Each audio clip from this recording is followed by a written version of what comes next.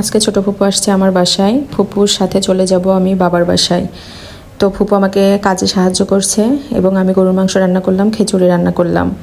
তো এভরিওয়ান, আমরা এখন চলে যাব আমার বাবার বাসায়। যে চলে আসছি। তো ফুপু আসছে তার ভাইয়ের বাসায়। এই যে হাঁসের মাংসের এত প্যারা কেন? বেঁচে থাকার জন্য আমাদের কত স্ট্রাগল করতে হয়। এভরিওয়ান, আজকে অনেক বেশি টায়ার্ড ও ক্ষুধার্ত।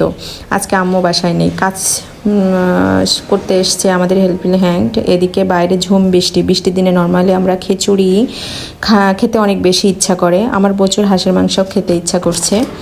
মাংসটা আম্মু চলে আসছে, আম্মু রান্না করবে। আমাদের দেশি হাঁসগুলো এত সুন্দর, মরে যাওয়ার পরে অনেক কিউট লাগে, কিন্তু এটা অনেক বেশি সুন্দর লাগছে দেখতে। এত তেল রাজহাঁসের মানে শরীরে ভিটামিনও অনেক, মরে যাওয়ার পরে এটা অনেক সুন্দর দেখাচ্ছে।